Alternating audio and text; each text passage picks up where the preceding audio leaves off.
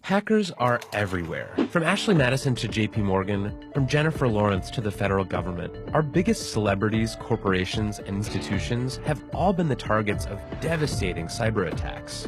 I wanted to see how bad a hack can get, so I invited a few of the world's best hackers to try to hack me and show me where my vulnerabilities are. And now I'm going to meet them in Las Vegas at DEF CON, the biggest hacker convention of the year, and see what they found. This might not have been the best idea. DEF CON is the biggest hacker convention of the year. It's a place where thousands of hackers come to hear talks, to demonstrate their newest hacks. It's actually a place that's so dangerous to be on the internet that they tell you to turn off the Wi-Fi and the Bluetooth on your phone. And they tell you not to use the ATMs too, because those could be hacked as well. This is the DEF CON ballroom. This is sort of the main room where things are happening, and it's pretty wild. I think this is car hacking village. This car is locked. Can you get me in? I'll unlock it for you.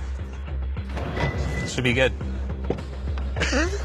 Hacking is no longer like this fringe activity, and if you are at DEF CON, there's a good chance that you're here because you want to learn what could happen to you or your company. Anyone here first time in the SCCTF? Holy crap. I invited Chris to hack me with his team, but they're going to hack me using social engineering, which is essentially hacking without any code. They just use a phone and an internet connection. We help people with human security issues by testing vulnerabilities for like a network test, but it's for the people network. We test those vulnerabilities, see where the holes are, and then help people learn so they can patch them. Can we try some of this? Can we try some? Yeah. See if it works? Yeah, we probably could have our star visher here make some phone calls as Let's do it. Sure. Do you want to do a sample phishing call? What's phishing? Phishing is voice solicitation, and basically what you do is you use the phone to extract information or data points that can be used in a later attack. Let's do it. Who are you going to call? Maybe I'll call your cell phone provider Okay. and see if I can get them to give me your email address. I bet they're good. I bet they have my back. But yeah, go for it. I'm going to spoof from your number, so it's going to look like it's calling from you. Okay. Hi, I'm so sorry. Can you hear me okay? My baby, I'm sorry. my husband's like, we're about to apply for a loan and we just had a baby and he's like, get this done by today. So I'm so sorry. I can't call you back. I'm trying to log into our account for uses information and I can't remember what email address we used to log the account. The baby's crying and can you help me? Awesome. In just 30 seconds, @gmail.com? Jessica gets my personal email address. Now, if I needed to add our older daughter on our account so she could call in and make changes, how would I need to go about doing that? You would have to send me a secure PIN through a text message? Yeah, well, the thing is, I don't think I'll be able to receive a text message if I'm on the phone. Shh. Oh, I'm not on there either? So I thought when we got married, he added me to the account. Okay, my Jessica uses my girlfriend's name and a fake social security number 5127. to set up her own personal access to my account. Wait, I'm sorry, so there's no password on my account right now? Can I set that up? She even gets the support person to change my password. Thank you so much for your help today. So she just basically blocked me out of my own account. I'll get her fed after this. All right, thank you. Holy shit. So they just gave you access to my entire cell phone account. You're gonna have to go on and change your password now because it's Jess, my name. And all it took was a crying baby and a phone call. Yes. I really thought that my cell phone company would protect me. I mean, like, this is the most basic stuff, and they're not doing it. And if they're not doing it, you know all these other businesses aren't doing it either.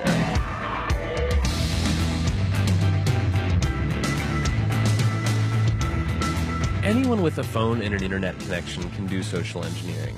But I was curious, what can a hacker with serious coding skills do? Well, DEF CON is the world's biggest hacking convention. It's hacking everything, hacking social, hacking hardware, hacking software, hacking various systems.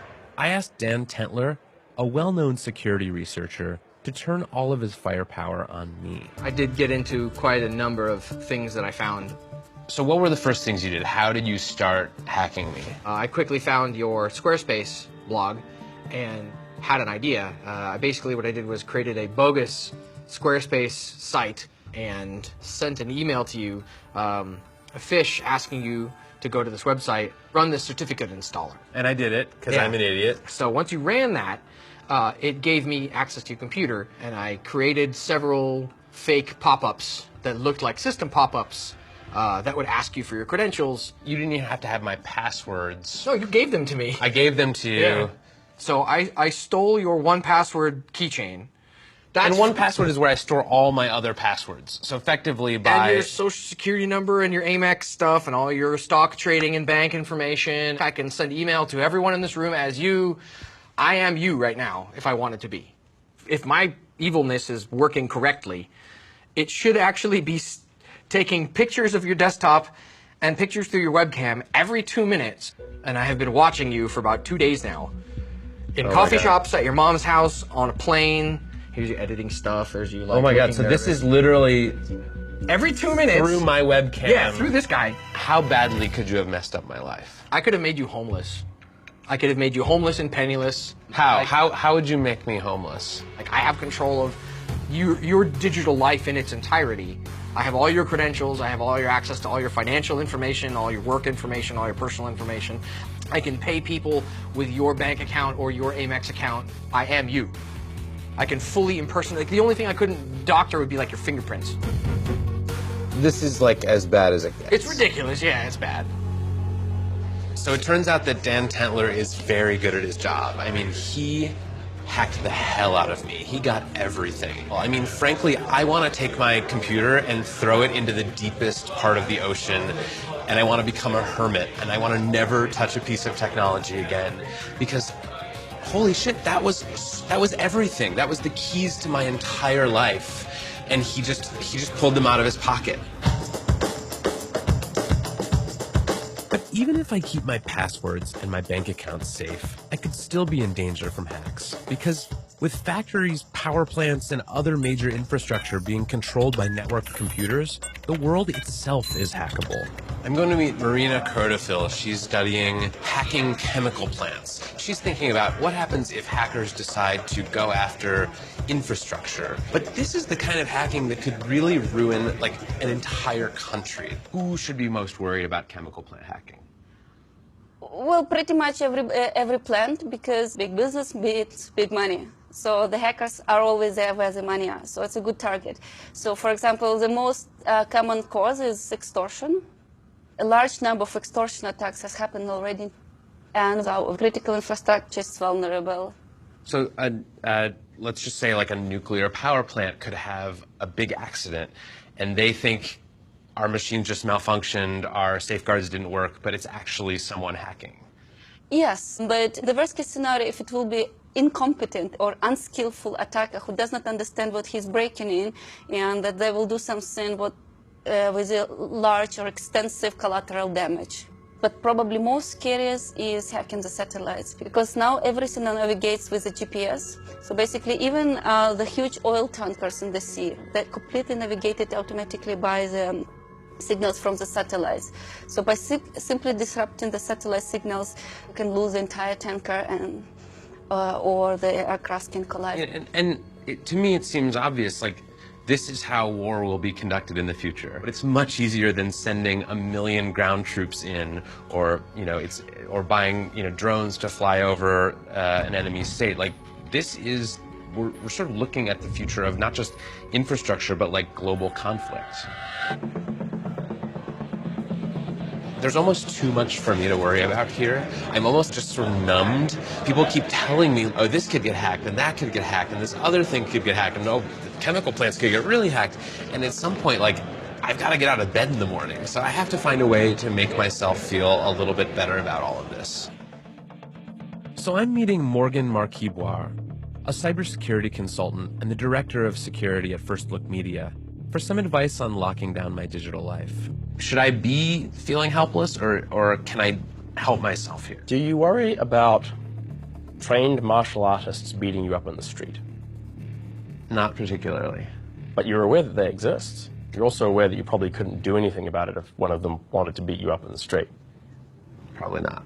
Right? And I mean, you can actually possibly think about the danger that hacking poses to you right now in much the same terms. But the first step is actually thinking sanely about digital security, which most people don't do. So for instance, how do we protect our physical integrity? Maybe we don't walk down the dodgy alley at night, right? People who haven't spent any time thinking about digital security don't actually know what the dodgy alleys of the internet are. Like, should I click that link? You know, maybe I shouldn't install this software. And I thought I was pretty good. Like, I thought It's tough. But chances that a skilled black hat is deciding for no reason whatsoever to attack you, I mean, is actually reasonably small. Like, it sort of begs the question, why, right? You could hire security people to, you know, look after your online life, but you probably don't need to do that. We used to think of hackers as being sort of fringe characters, but now when so much of our lives are lived on these connected devices, they're power brokers. They can make or break us. I'm trying to log into our account. They stole your 1Password keychain. I mean, they know more about this stuff than anyone, and that's a power that is going to become increasingly valuable. We need to know where our flaws are so that we can be safer. And I think the best thing to do is to enable them to help us rather than shoo them away. Do you guys have any of those little things that you put over the camera on your laptop? Paradoxically, I feel more secure now than I did last week, because now at least I know what I have to fix.